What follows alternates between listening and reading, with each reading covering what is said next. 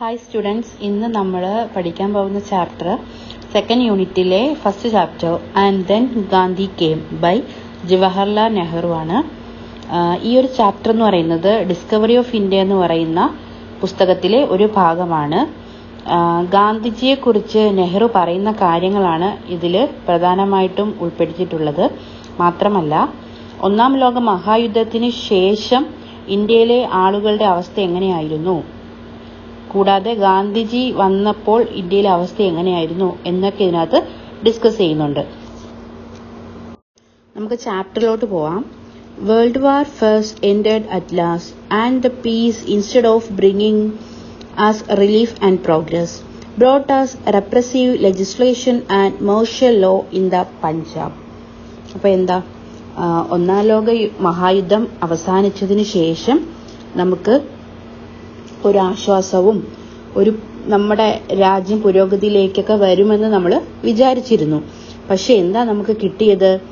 കഠിനമായ നിയമങ്ങളും പഞ്ചാബിലെ സൈനിക ഭരണവുമായിരുന്നു അവസാനം നമ്മുടെ കയ്യിൽ ഉണ്ടായിരുന്നത്. A bitter sense of humiliation and a passionate anger filled our people. അപ്പോൾ ഇത് നമ്മുടെ ഇന്ത്യയിലെ ജനതയിൽ വലിയ കോപവും നിരാശയൊക്കെ ഉളവാക്കിയിട്ടുണ്ടായിരുന്നു. Yet what could we do? How to change this vicious process? We seem to be helpless in the grip of some all-powerful monster. Our limbs were paralyzed, our minds deadened. അപ്പോൾ എന്ത് ചെയ്യണം എന്നറിയാതെ നമ്മുടെ ഇന്ത്യക്കാരൊക്കെ ഇങ്ങനെ നിൽക്കുന്ന സമയത്ത്, ഈ ദുരിതം മാറാൻ ഒരു വഴിയും ഇല്ലാതിരിക്കുന്ന സമയത്താണ് മോൺസ്റ്റർ എന്ന് വെച്ചാൽ ഒരു വലിയ സൈസുള്ള ഒരാള്, ഒരു ഭീമൻ എന്നൊക്കെ പറയത്തില്ലേ, അപ്പോൾ അങ്ങനെ ഒരാളിന്റെ പിടിയിൽ നമ്മുടെ രാജ്യം പെടുന്നത്.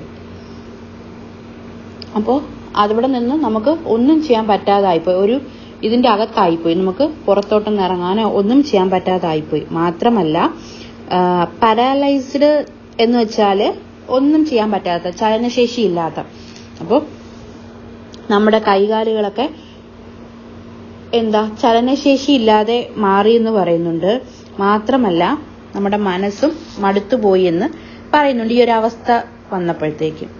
Large number of people cut off from the land and incapable of any kind of manual or technical work joined the swelling army of the unemployed and helpless, hopeless, sank ever deeper into a morass. അതിലെന്താ പറയുന്നത്? നമ്മുടെ India എന്ന് പറയുന്ന മഹാരാജ്യത്ത് ധാരാളം ആളുകളുണ്ട്, ജനസംഖ്യ വളരെ കൂടുതലാണ്. മാത്രമല്ല, അവർക്ക് ഭൂമിയുമായിട്ടുള്ള ഒരു ബന്ധം എന്നുകൊണ്ട് ഉദ്ദേശിക്കുന്നത്, നമ്മള് കർഷകരുണ്ട്, അല്ല മറ്റ് പണികൾ ചെയ്യുന്നവരുണ്ട്, അങ്ങനെ വ്യത്യസ്ത ജോലികൾ ചെയ്യുന്നവരുണ്ട്. അവരെല്ലാം ഈ ഭൂമിയിൽ നിന്നുള്ള ബന്ധം നഷ്ടപ്പെട്ടു എന്ന് പറയുന്നു. അവർക്ക് കൃഷിയോ മറ്റു തരത്തിലുള്ള ജോലികളോ ഒന്നും ചെയ്യാൻ പറ്റാതെയായി. മാത്രമല്ല, അവര് ജോലിയില്ലാത്തവരുടെ കൂട്ടത്തില് എന്നും പറയുന്നുണ്ട്. ഒരു ഗ്രൂപ്പ് ഉണ്ടായി ഈ ഒന്നാം ലോക മഹായുദ്ധത്തിന് ശേഷം, ജോലി ഇല്ലാത്തവരുടെ ഗ്രൂപ്പ് എന്നുള്ള ഒരു ഗ്രൂപ്പ് ഉണ്ടായെന്ന് പറയുന്നു. പിന്നെന്താ, അവരെ സഹായിക്കാൻ ആരുമില്ല, പ്രതീക്ഷയില്ല. പിന്നെ ഒരു ചതുപ്പ് നിലത്തിൽ എങ്ങനെ വീണുപോയി, കരകയറാൻ പറ്റാത്തൊരവസ്ഥ, അതിനെയൊക്കെ സൂചിപ്പിക്കുന്നുണ്ട്. They did not know where to look, for neither the old nor the new offered them any hope. അപ്പോൾ അവർക്ക് തങ്ങളുടെ പ്രശ്നങ്ങൾ ശരിയായ രീതിയിൽ നോക്കാനോ ആ പ്രശ്നങ്ങളെ ഒന്ന് പരിഹരിക്കാൻ വേണ്ടിയിട്ട് ആരെങ്കിലും ആശ്രയിക്കാനോ ഒന്നും പറ്റാത്ത ഒരവസ്ഥയായിട്ട് മാറി. പഴയ രീതികളോ പുതിയ രീതികളോ ഒന്നുമല്ല. പഴയ രീതിയും ഒട്ടും ആശ്വാസമല്ലായിരുന്നു. ഇപ്പോഴത്തെ പുതിയ ഒന്നാം ലോക മഹായുദ്ധത്തിന് ശേഷമുള്ള പുതിയ രീതിയും ഒട്ടും ഹെൽപ്പായിട്ട് തോന്നുന്നില്ലെന്ന് അവർ പറയുന്നുണ്ട്. What could we do? നമ്മൾ ഇനി എന്താണ് ചെയ്യുക? How could we pull India out of this quagmire of poverty and defeatism? Quagmire എന്ന് വെച്ചാൽ ചതുപ്പ് എന്നാണ് അർത്ഥം. അപ്പോൾ ഇവിടെ പറയുമ്പോഴത്തേക്ക് ഇപ്പോഴത്തെ ഇന്ത്യയുടെ സിറ്റുവേഷൻ, അപ്പൊ എന്താ, ഇങ്ങനെ ഒരു സിറ്റുവേഷനിൽ നിന്ന് ഇന്ത്യ നമ്മൾ എങ്ങനെ തിരിച്ചു കൊണ്ടുവരും? പോവർട്ടിയിൽ നിന്ന്, ഡിഫീറ്റിസത്തിൽ നിന്ന്, ഇവയിൽ നിന്നൊക്കെ ഇന്ത്യ നമ്മളെ പഴയതുപോലെ എങ്ങനെയാക്കും? Not for a few years of excitement and agony and suspense, but for long generation our people had offered their blood and toil, tears and sweat. അപ്പോൾ എന്താ, അപ്പം ഒന്നാം ലോക മഹായുദ്ധത്തിന് ശേഷം ഇന്ത്യക്ക് സ്വാതന്ത്ര്യം കിട്ടുമെന്ന് അവിടെയുള്ള ജനങ്ങളെല്ലാം വിശ്വസിച്ചിരുന്നു. പക്ഷെ ഒന്നും കിട്ടിയില്ല. അത് കുറച്ചു നാളത്തേക്കുള്ള ഒരു ആഗ്രഹം മാത്രമല്ല, ജീവിതകാലം മുഴുവൻ സ്വാതന്ത്ര്യം വേണം എന്നുള്ള ആഗ്രഹത്തിലാണ് അവർ അതിനുവേണ്ടി ഓരോ കാര്യങ്ങളൊക്കെ ചെയ്തത്.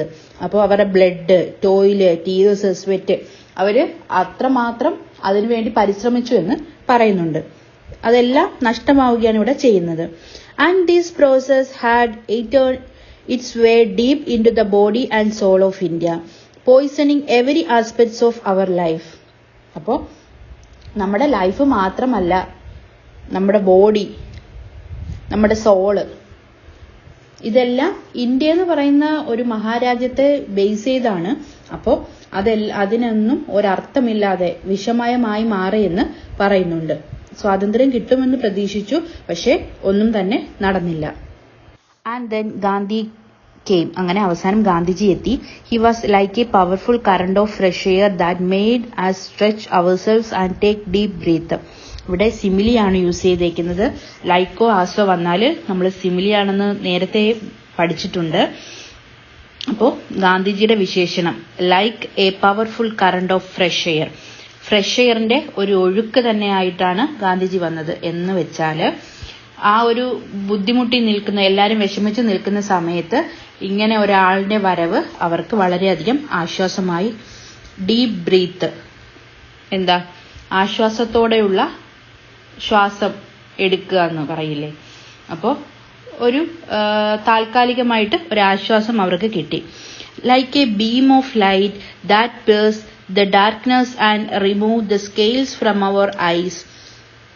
ഇനി നെക്സ്റ്റ് പറയുന്ന ഒരു സിമിലി എന്ന് പറയുന്നത് like a beam of light,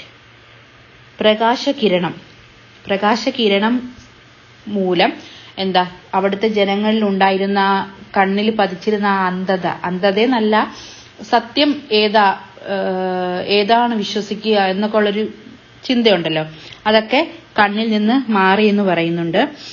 ഇനി നെക്സ്റ്റ് കമ്പാരിസൺ എന്ന് പറയുന്നത് ലൈക്ക് എ വേൾവിൻഡ് എന്ന് വെച്ചാൽ ചുഴലിക്കാറ്റ്. that upset many things but most of all the workings of people's mind. അപ്പോൾ സാധാരണക്കാരായ ജനങ്ങളുടെ മനസ്സിൽ നിന്ന് കുറേ കാര്യങ്ങൾ ഗാന്ധിജി വന്നതോടുകൂടി ഇല്ലാതായി എന്ന് പറയുന്നുണ്ട്. he did not descend from the top. അപ്പോൾ ഗാന്ധിജി എന്ന് പറയുന്ന ഒരാള് താഴേക്ക് വന്ന ആളല്ല, മുകളിൽ നിന്ന് താഴേക്ക് വന്ന ആളല്ല. they seem to emerge from the millions of India speaking their language. നമ്മുടെ ലാംഗ്വേജ്, നമ്മുടെ കൂടെ നിന്ന് നമ്മുടെ ലാംഗ്വേജ് പറഞ്ഞ് നമ്മളിൽ നിന്ന് താഴെ നിന്ന് മുകളിലേക്ക് പോയ ഒരാളാണ് ഗാന്ധിജി എന്ന് പറയുന്നു. Get off the back of these peasants and workers, he told us, all of you who live by their exploitation, get rid of the system that produced this poverty and misery.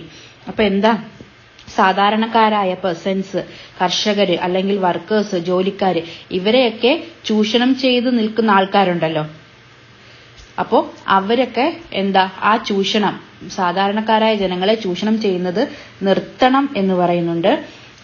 Get of the backs എന്ന് പറഞ്ഞാല് stop criticism, അവരെ criticise ചെയ്യുന്നത് നിർത്തുക, അല്ലെങ്കിൽ putting pressure എന്നർത്ഥം, ഇതൊക്കെ വരും. അപ്പോൾ സാധാരണക്കാരായ ജനങ്ങളെ അവരുടെ രീതിയിൽ ജീവിക്കാൻ അനുവദിക്കുക എന്ന് പറയുന്നുണ്ട്. Political freedom took a new shape then and acquired a new content. അപ്പോൾ പൊളിറ്റിക്കൽ ഫ്രീഡം എന്ന് പറയുന്നത് ന്യൂ ഷേപ്പിലും ന്യൂ കണ്ടന്റിലും ഒക്കെ മാറാൻ തുടങ്ങി.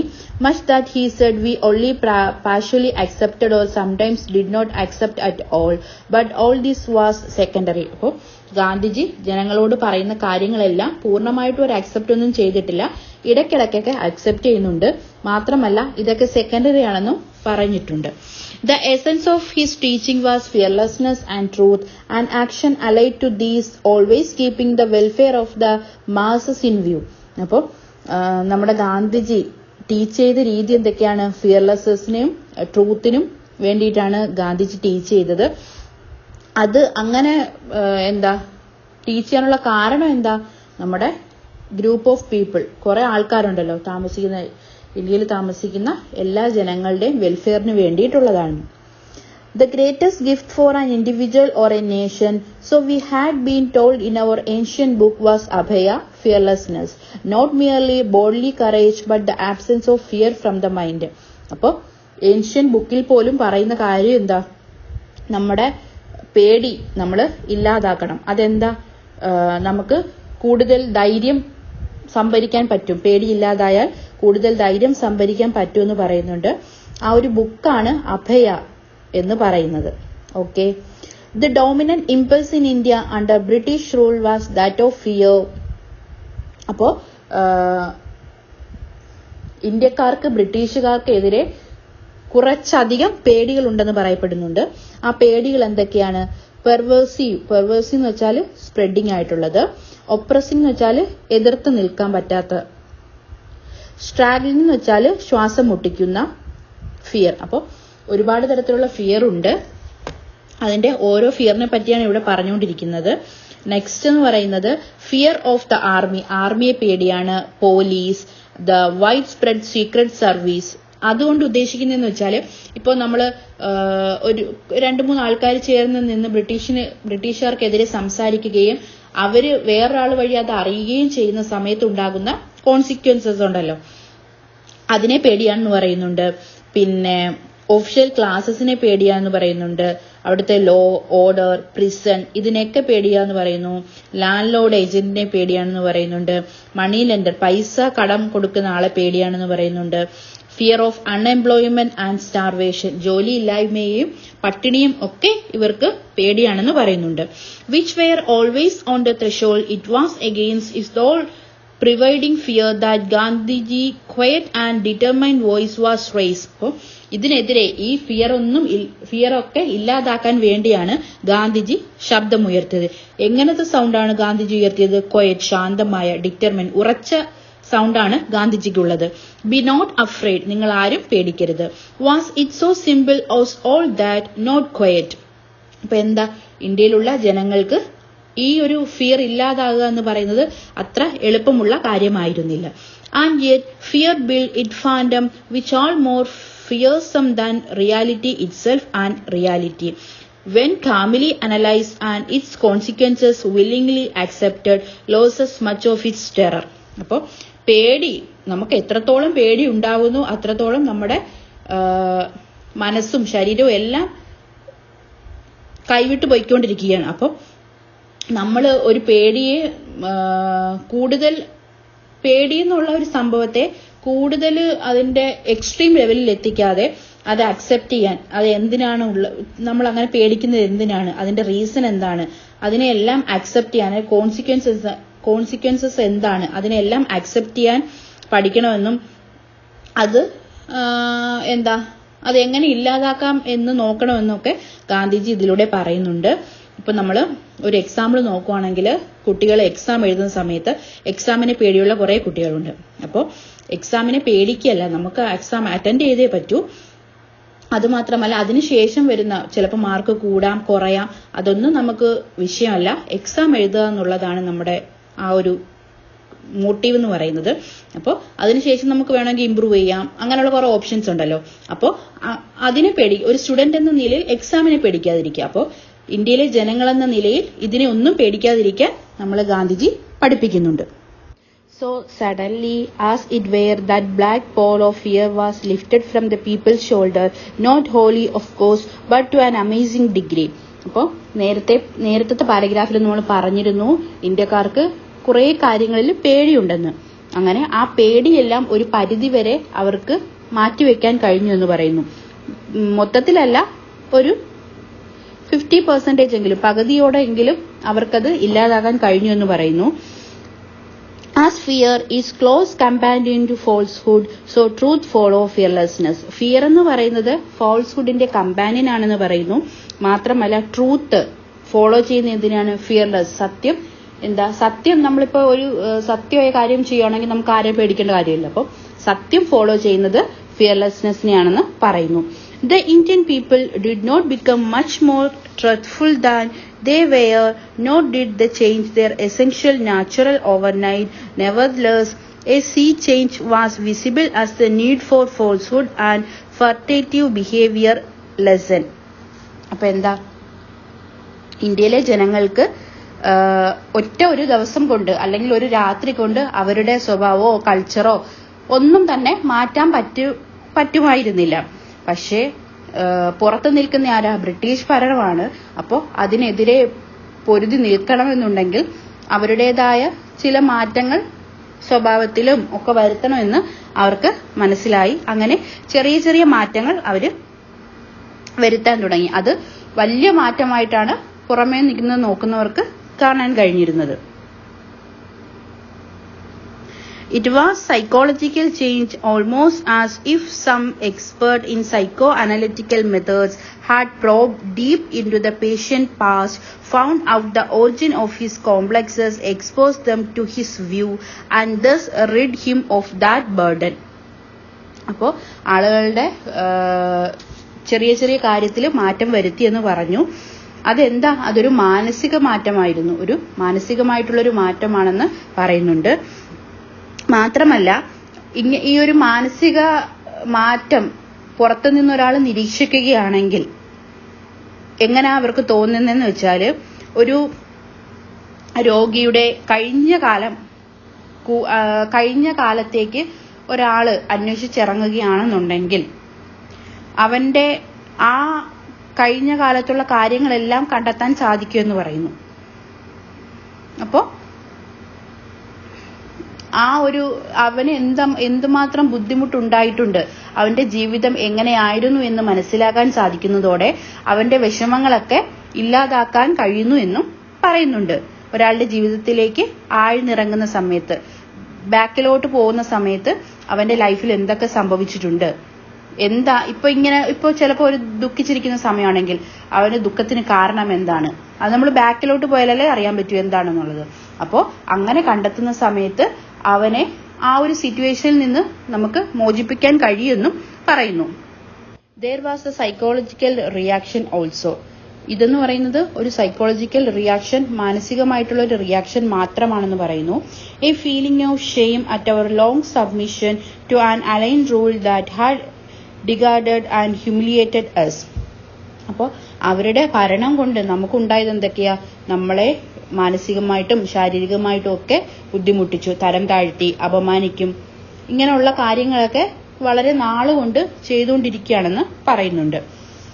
And a desire to submit no longer, whatever the consequences might be. We did not grow much more truthful perhaps than we had been previously. അപ്പോൾ ഇനി ഒരു കാര്യം നമ്മൾ തീരുമാനിക്കുകയാണ്. എന്താ? ഇതിന് എന്തൊരു അനന്തരഫലം ഉണ്ടായാലും, എന്ത് നമ്മൾ ചെയ്യുന്ന കാര്യങ്ങൾക്ക് എന്ത് റിയാക്ഷൻസ് കിട്ടിയാലും അതൊന്നും നമ്മളെ ഇനി തളർത്തത്തില്ല. മുന്നേ തളർത്തിയിരുന്നു, പണ്ട് അവരങ്ങനെ ആയിരുന്നു. പക്ഷെ ഇനി മുന്നോട്ടുള്ള കാലം നമ്മൾ അതിനെതിരെ നിൽക്കണം എന്നാണ് ഇവിടെ പറയുന്നത്. But Gandhi was always there as a symbol of uncompromising truth to pull us up and shame us into truth. അപ്പോൾ ഗാന്ധി എന്ന് പറയുന്ന മഹാനായ വ്യക്തി എന്താണ്? എപ്പോഴും അൺകോംപ്രമൈസിങ്, എപ്പോഴും കോംപ്രമൈസ് ചെയ്തുകൊണ്ടിരിക്കുന്ന, സത്യത്തിന് വേണ്ടി നിൽക്കുന്ന, ജനങ്ങളെ സത്യത്തിലേക്ക് നയിക്കുന്ന ഒരു വ്യക്തിയാണെന്ന് പറയുന്നു. What is truth? I do not know for certain. എന്താണ് സത്യം? എനിക്ക് കറക്റ്റായിട്ട് പറയാൻ കഴിയില്ല. And perhaps our truth are relative and absolutely truth is beyond us. അപ്പോൾ ട്രൂത്ത് എന്ന് പറയുന്നത് നമുക്ക് ആപേക്ഷികമാണ്. പക്ഷേ അബ്സല്യൂട്ട് ട്രൂത്ത് എന്ന് പറഞ്ഞാൽ ബിയോണ്ട്, നമുക്ക് എത്താൻ പറ്റാത്തടത്തും ആണെന്ന് പറയുന്നു.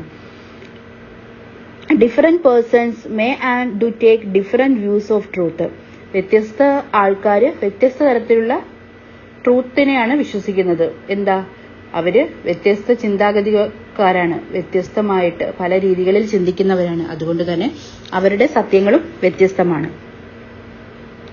And each individual is powerfully influenced by his own background, training and impulse. അപ്പോൾ ഓരോ ഇൻഡിവിജ്വലിനെയും ഇൻഫ്ലുവൻസ് ചെയ്യുന്ന കാര്യങ്ങൾ എന്തൊക്കെയാണ്? അവരുടെ ബാക്ക്ഗ്രൗണ്ട്, ട്രെയിനിങ്, ഇമ്പൾസ്, ഇവയൊക്കെയാണ്.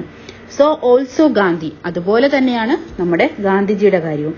But truth is at least for an individual what he himself feels and not to be true. അപ്പോൾ truth എന്ന് പറയുന്നത്, ഒരു ഇൻഡിവിജ്വലിന്റെ കാര്യം നമ്മൾ എടുക്കുകയാണെങ്കിൽ ട്രൂത്ത് എന്ന് പറയുന്നത് അയാൾക്ക് ഫീൽ ചെയ്യുന്ന കാര്യങ്ങൾ, അയാൾക്ക് അറിയാൻ പറ്റുന്ന കാര്യങ്ങൾ, അതിനെയൊക്കെയാണ് ട്രൂത്ത് എന്ന് പറയുന്നതെന്ന് പറയുന്നു. അക്കോർഡിംഗ് ടു ദിസ് ഡെഫിനിഷൻ, ഈ ഡെഫിനിഷൻ വെച്ച് നോക്കുകയാണെങ്കിൽ I do not know for any person who hold to the truth as Gandhi does. അപ്പൊ എന്താ, ഗാന്ധിജിയെ പോലെ സത്യത്തിന് വേണ്ടി മാത്രം ഉറച്ചു നിൽക്കുന്ന ഒരു വ്യക്തിയെ എനിക്കറിയില്ല എന്ന് പറയുന്നു. That is a dangerous quality in a politician for the speak out his mind and even let the public see its changing faces. അപ്പൊ എന്താ, ഇങ്ങനെ സത്യത്തിന് വേണ്ടി മാത്രം ഉറച്ചു നിൽക്കുന്ന ഒരു വ്യക്തിയാണ് ഗാന്ധിജി. ഒരു രാഷ്ട്രീയക്കാരനെ പറ്റിയ ഒരു പരിപാടിയല്ല ഈ ഒരു സത്യത്തിന് വേണ്ടി ഉറച്ചു നിൽക്കുക എന്ന് പറയുന്നുണ്ട്. അതെന്താ കാരണം എന്ന് പറയുന്നത്? എന്താ, അദ്ദേഹം ഗാന്ധിജിയെ പോലെ ഒരു വ്യക്തിയാണെങ്കിൽ അദ്ദേഹം എപ്പോഴും മനസ്സ് തുറന്ന് സംസാരിക്കുകയും പൊതുജനങ്ങൾക്ക് വേണ്ടി സംസാരിക്കുകയും പൊതുജനങ്ങൾക്ക് വേണ്ടിയുള്ള അവസരങ്ങൾ നൽകുകയും, അപ്പോൾ സ്വന്തം കാര്യം നോക്കാതെ മറ്റുള്ള ജനങ്ങൾക്ക് വേണ്ടി എപ്പോഴും എന്തെങ്കിലുമൊക്കെ ചെയ്തുകൊണ്ടിരിക്കുന്ന ഒരു ക്യാരക്ടറാണ് ഗാന്ധിജിയുടെ. അപ്പോൾ അങ്ങനെ ഒരാള് സ്വാഭാവികമായിട്ടും രാഷ്ട്രീയക്കാരനാവുകയാണെന്നുണ്ടെങ്കിൽ അദ്ദേഹത്തിന്റെ ഒരവസ്ഥ എന്ന് പറയുന്നത് എന്താണ്? വെരി ഡേഞ്ചറസ് ആണെന്ന് പറയുന്നു. അദ്ദേഹത്തിന്റെ ഫേസ് എന്ന് ഉദ്ദേശിക്കുന്ന ആ ഒരു പീരീഡ് എന്ന് പറയുന്നത് വളരെ മോശമാണെന്ന് പറയപ്പെടുന്നു. Gandhi influence millions of people in India in varying degrees.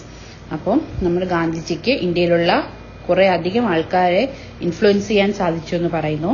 Some change the whole texture of their lives, other way only partially affected or the effect wore off and yet not quite for some part of it could not be wholly shaken off. അപ്പൊ എന്താ, ഗാന്ധിജിയുടെ ഈ ഒരു influence കാരണം കുറച്ചു പേർക്കൊക്കെ മൊത്തത്തിലൊരു change വന്നിട്ടുണ്ട്, എന്നാൽ ഒട്ടും ചേഞ്ച് വരാത്ത ആൾക്കാരും അവരുടെ ഇടയിൽ ഉണ്ടായിരുന്നു എന്ന് പറയുന്നു. Different people reacted differently and each will give his own answer to this question. അപ്പോൾ ഓരോ വ്യക്തിയും അവരവരുടേതായ രീതിയിലാണ് ജീവിക്കുന്നത്. അപ്പോൾ അവര് റിയാക്ട് ചെയ്യുന്നതും ഡിഫറെന്റ് ആയിരിക്കും. ഓരോ ക്വസ്റ്റ്യന് ആൻസർ ചെയ്യുന്നതും ഡിഫറെന്റ് ആയിട്ട്, അവരുടെ ജീവിത രീതി എല്ലാം ഡിഫറെന്റ് ആണ്. അപ്പോൾ അതുകൊണ്ട് തന്നെ ഡിഫറെന്റ് പീപ്പിൾ റിയാക്റ്റഡ് ഡിഫറെന്റ്ലി എന്ന് പറയുന്നു. Okay. His call of action was twofold. അദ്ദേഹത്തിന്റെ പ്രവർത്തനങ്ങൾ ഇരട്ടിയായിരുന്നു. There was of course the action involved in challenging and resisting foreign rules. ഇതൊക്കെ എന്തിനു വേണ്ടിയാണ്? ഫോറിൻ റൂൾസിനെ ചലഞ്ച് ചെയ്യാനും റെസിസ്റ്റ് ചെയ്യാനും ഒക്കെ വേണ്ടിയിട്ടുള്ളതായിരുന്നു. There was also the action which led us to the fight against our own social evils. അപ്പോൾ നമുക്കുണ്ടാകുന്ന social ഈവിൾസിനെയൊക്കെ എതിർക്കാൻ വേണ്ടി ഉള്ളതായിരുന്നു. Apart from the fundamental objective of the Congress, ഇനി കോൺഗ്രസിന്റെ ഫണ്ടമെന്റൽ ഒബ്ജക്റ്റീവ്സ് എന്തൊക്കെയായിരുന്നു? The freedom of India and the method of peaceful action. അപ്പോൾ freedom of ഇന്ത്യയും മെത്തേഡ് ഓഫ് പീസ്ഫുൾ ആക്ഷനുമായിരുന്നു ഇന്ത്യൻ കോൺഗ്രസിന്റെ ഫണ്ടമെന്റൽ ഒബ്ജക്റ്റീവ്സ് എന്ന് പറയുന്നത്. The principal planks of the Congress were national unity, which involved the solution of the minority problems and the rising of the depressed classes and the ending the cause of untouchability. അപ്പൊ എന്തൊക്കെയാ പറയുന്നത്? കോൺഗ്രസിന്റെ പ്രധാന പദ്ധതികൾ എന്ന് പറയുന്നത് ദേശീയ ഐക്യമായിരുന്നു എന്ന് പറയുന്നുണ്ട്.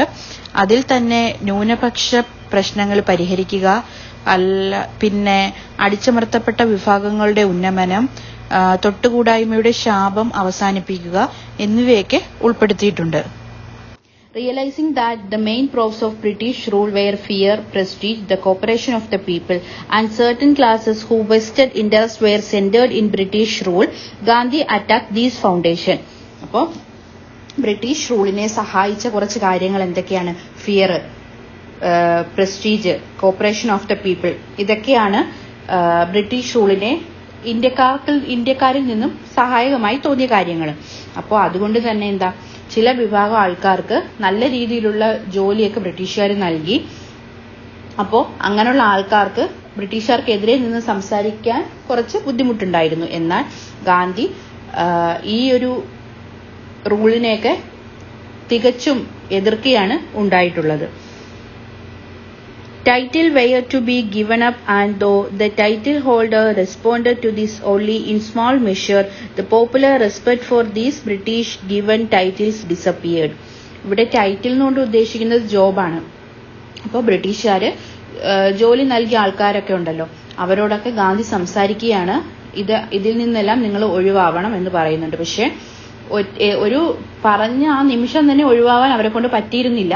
എന്നാലും ഒരുവിധം ആൾക്കാരൊക്കെ അതിൽ നിന്ന് പിന്മാറാൻ തുടങ്ങിയിരുന്നു. New standard and values were set up and the pomp and splendour of the viceregal court and the princes suddenly appeared supremely ridiculous. അപ്പോൾ എന്താ, പതുക്കെ ജോലിയിൽ നിന്നൊക്കെ പതുക്കെ ഒഴിയാൻ തുടങ്ങി. മാത്രമല്ല ബ്രിട്ടീഷുകാരോടുള്ള ഒരു റെസ്പെക്റ്റ് ഇല്ലാതെയായി തുടങ്ങി. അവർക്ക് ഇന്ത്യക്കാർക്ക് പുതിയതായിട്ടുള്ള സ്റ്റാൻഡേർഡും പുതിയതായിട്ടുള്ള വാല്യൂ ഒക്കെ അവര് ക്രിയേറ്റ് ചെയ്യാൻ തുടങ്ങി. അപ്പോൾ അവർക്ക് എന്താ, ഇന്ത്യക്കാർക്ക് മനസ്സിലായ ഒരു കാര്യം എന്താ, നമ്മളെ ഇപ്പോഴും അടിച്ചമർത്തിക്കൊണ്ടിരിക്കുകയാണ്, ഇതിൽ നിന്നും എങ്ങനെയെങ്കിലും എത്രയും പെട്ടെന്ന് മോചിതനാവണം എന്നാണ് അവർ ഓരോരുത്തരും ചിന്തിച്ചുകൊണ്ടിരുന്നത്. Rich men were not so anxious to flaunt their riches. Outwardly, at least, many of them adopted simpler ways, and in their dress became almost indistinguishable from humbler folk.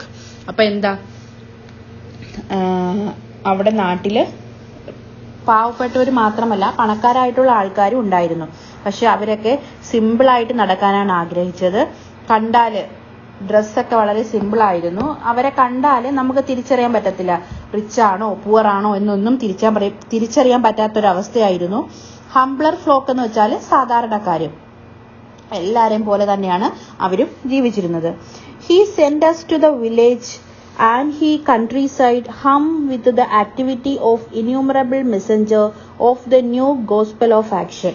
അപ്പോൾ ഗാന്ധി അദ്ദേഹത്തിന്റെ 2 ആൾക്കാരെ നാട്ടിലേക്ക് അയക്കുകയാണ്. ഒരു മെസ്സേജും കൊണ്ടാണ് അവര് ചെല്ലുന്നത്. The peasants was shaken up and he began to emerge from his shell. അപ്പോൾ സാധാരണക്കാരായ ജനങ്ങളെല്ലാം അവരുടെ ആ ഒരു ബ്രിട്ടീഷ് റൂളിൽ അകപ്പെട്ട് കിടക്കുകയല്ലായിരുന്നു. അപ്പോൾ അതിൽ നിന്നൊക്കെ പുറത്തു വരാൻ തുടങ്ങി. The effect on us was different to but equally far-reaching, for we saw for the first time as it were the villager in the intimacy of his mud hut and with the stark shadow of hunger always pursuing him. എന്താ പറയുന്നത്,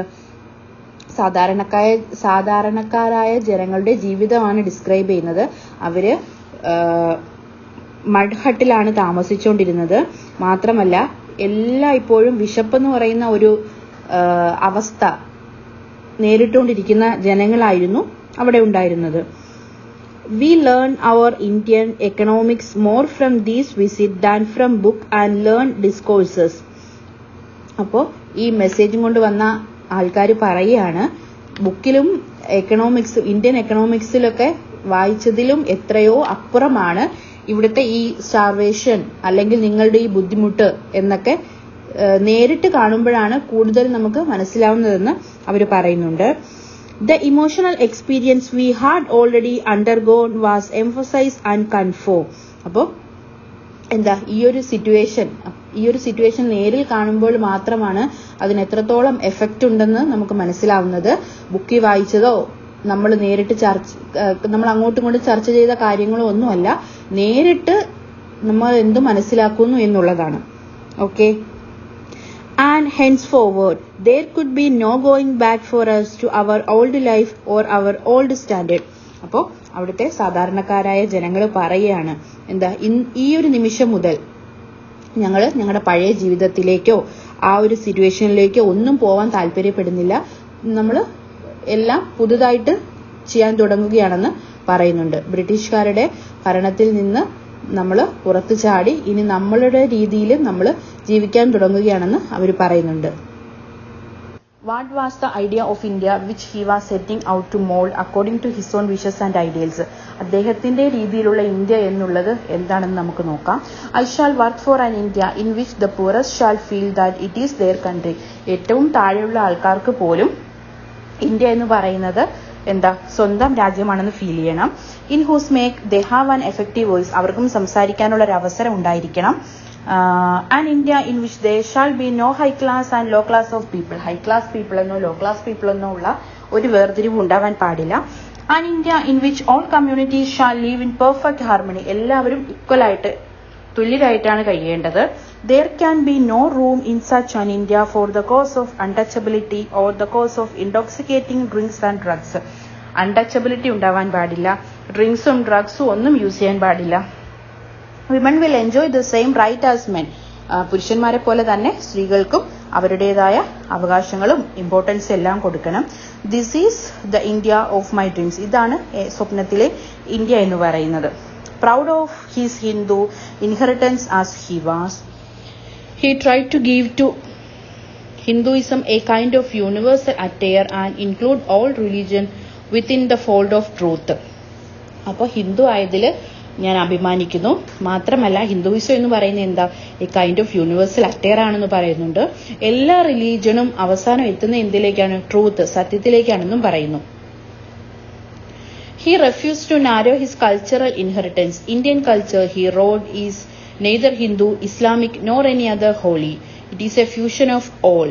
അപ്പോൾ Indian culture എന്ന് പറയുന്നത് ഒരു culture മാത്രമല്ല, എല്ലാ കൾച്ചറും കൂടി ചേർന്നതാണെന്ന് അദ്ദേഹം പറയുന്നുണ്ട്. Again he said, I want the culture of all land to be blown about my house as freely as possible, but I refuse to be blown off my feet by any. അപ്പോൾ എന്താ, അവരവരുടെ culture അനുസരിച്ചാണ് അവരവര് ജീവിക്കേണ്ടതെന്ന് പറയുന്നുണ്ട്. I refuse to live in other people's houses as an interloper, a beggar or a slave. Influenced by modern thought current, he never let go of his root and clung to them tenaciously. ഇപ്പൊ എന്താ, മറ്റുള്ള ആൾക്കാരുടെ വീട്ടിലേക്ക് പോകുന്ന സമയത്ത് ഒരു ഇന്റർലോപ്പർ എന്ന് വെച്ചാൽ വലിഞ്ഞു കയറി പോകുന്ന ആളായിട്ട്, അല്ലെങ്കിൽ ഒരു ബെഗറായിട്ട്, ഒരു സ്ലേവ് ആയിട്ട്, ഇങ്ങനൊന്നും പോവാൻ താല്പര്യമില്ല. ഫ്രീ ആയിട്ട് എന്റെ കൾച്ചർ ഏതാണോ അതിനനുസരിച്ച് ജീവിക്കാനാണ് ഞാൻ താല്പര്യപ്പെടുന്നതെന്ന് അദ്ദേഹം പറയുന്നുണ്ട്. മാത്രമല്ല അതിനു വേണ്ടിയിട്ട് ഒരു കോംപ്രമൈസിനും തയ്യാറാവുന്നില്ലെന്നും പറയുന്നുണ്ട്. പുതിയ കൾച്ചറും പുതിയ തോട്ടും എല്ലാം സ്വീകരിക്കുന്നുണ്ട്, പക്ഷേ എന്റേതായ രീതിയിലാണ് ഞാൻ ജീവിക്കുന്നത് എന്ന് അദ്ദേഹം പറയുന്നു.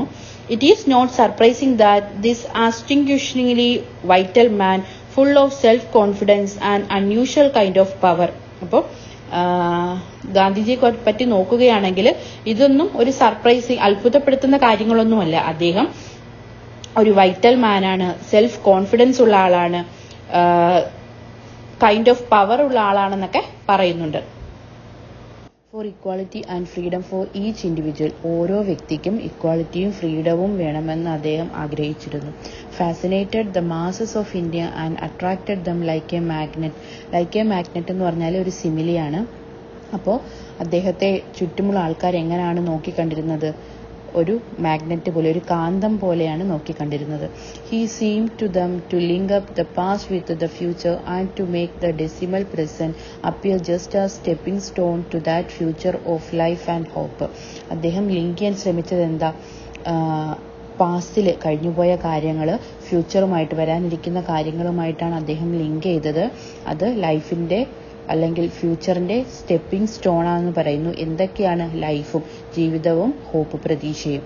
Thus he affected a vast psychological revolution not only among those who followed his lead but also among his opponent and those neutrals who could not make up their mind what to do and what to think. അപ്പോൾ എന്താ, അദ്ദേഹത്തിൻ്റെ ഈ ഒരു ആദർശങ്ങളിലൊക്കെ വിശ്വസിച്ചവരുമുണ്ട്, അദ്ദേഹത്തെ എതിർത്ത് നിന്നവരുമുണ്ട്. എന്നിരുന്നാൽ കൂടിയും അദ്ദേഹം അവർക്കിടയിലൊക്കെ ഒരു വിപ്ലവം സൃഷ്ടിക്കാനായിട്ട് ഇടയുണ്ടാക്കുകയാണ് ചെയ്തത്. എന്താ, തൻ്റെ പാത പിന്തുടർന്നവർക്കിടയിൽ മാത്രമല്ല എതിരാളികളിലും എന്ത് ചിന്തിക്കണമെന്നും എന്ത് ചെയ്യണമെന്നും ഒക്കെ തീരുമാനിക്കാനുള്ളൊരു കഴിവിനെ അദ്ദേഹം വളർത്തിയെടുത്തു എന്ന് പറയുന്നുണ്ട്. അങ്ങനെ ജനങ്ങൾക്കിടയിൽ വളരെയധികം ഫേമസ് ആയിട്ടുള്ളൊരു വ്യക്തിയായിട്ട് മാറിയെന്ന് പറയുന്നു. വീഡിയോ ഇഷ്ടപ്പെടുകയാണെങ്കിൽ ലൈക്ക് ചെയ്യുക, ഷെയർ ചെയ്യുക, സബ്സ്ക്രൈബ് ചെയ്യുക. Thank you.